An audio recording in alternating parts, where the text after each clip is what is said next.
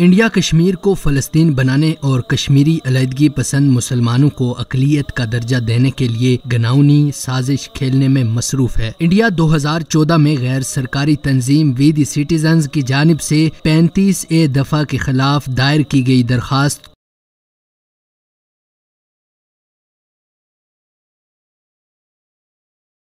پر بھارت کے ساتھ ضم کرنے کی کوشش کر رہا ہے، جس کے بعد اب بھارتی سپریم کورٹ نے آئین ہند کی دفعہ 35A کے خلاف دائر کی جانے والی درخواستوں کی سماعت ملتوی کر دی ہے۔ کشمیری میڈیا سیل کے مطابق پیر کو ہونے والی سماعت کے دوران بھارت کے چیف جسٹس دیپک مشرا نے کہا کہ درخواستوں پر سماعت کی اگلی تاریخ کا تعین اب 27 اگست سے شروع ہونے والے ہفتے کے دوران کیا جائے گا۔ درخواستوں میں اس دفعہ کو آئین سے متصادم قرار دیتے ہوئے منسوخ کرنے کی اپیل کی گئی۔ اس گھناؤنی سازش کا پس منظر کچھ یوں ہے۔ جب 1950 میں انڈیا کی پارلیمنٹ نے ملک کا آئین منظور کیا تو اس میں انڈیا کے زیر انتظام کشمیر کو دفعہ 370 کے تحت خصوصی درجہ دیا گیا۔ اس دفعہ کے تحت انڈیا کے کسی بھی ریاست کا شہری کشمیر میں زمین یا دوسری جائیداد کا قانونی مالک نہیں ہو سکتا، کشمیر میں سرکاری ملازمت کے لیے عرضی نہیں دے سکتا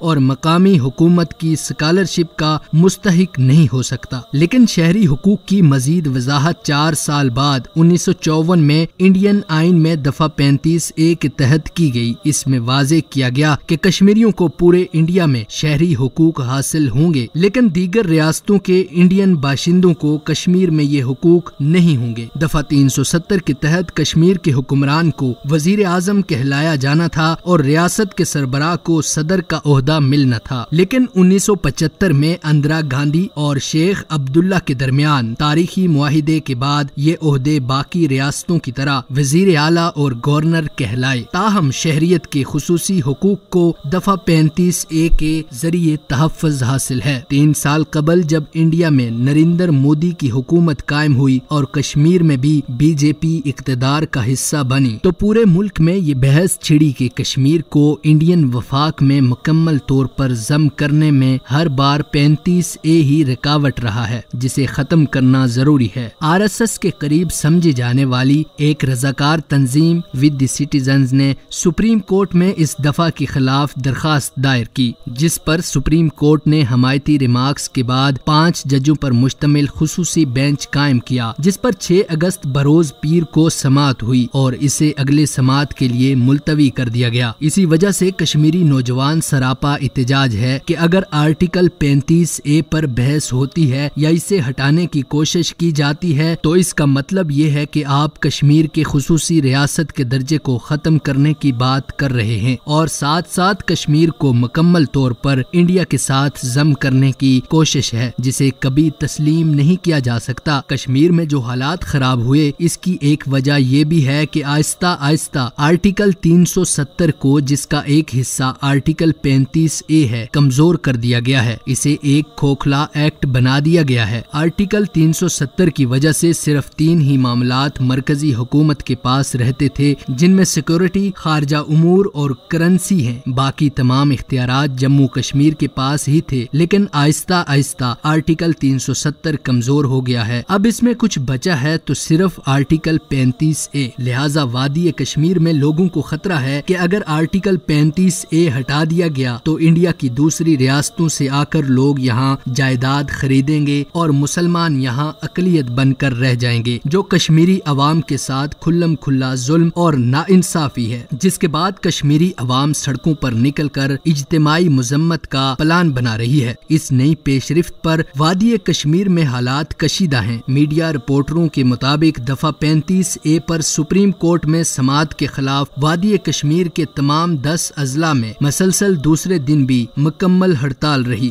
بس اور ٹرین سروس بند ہیں۔ سری نگر اور مظفر آباد کے درمیان چلنے والی ہفتہ وار کارواں امن بس سروس بھی معطل کر دی گئی ہے۔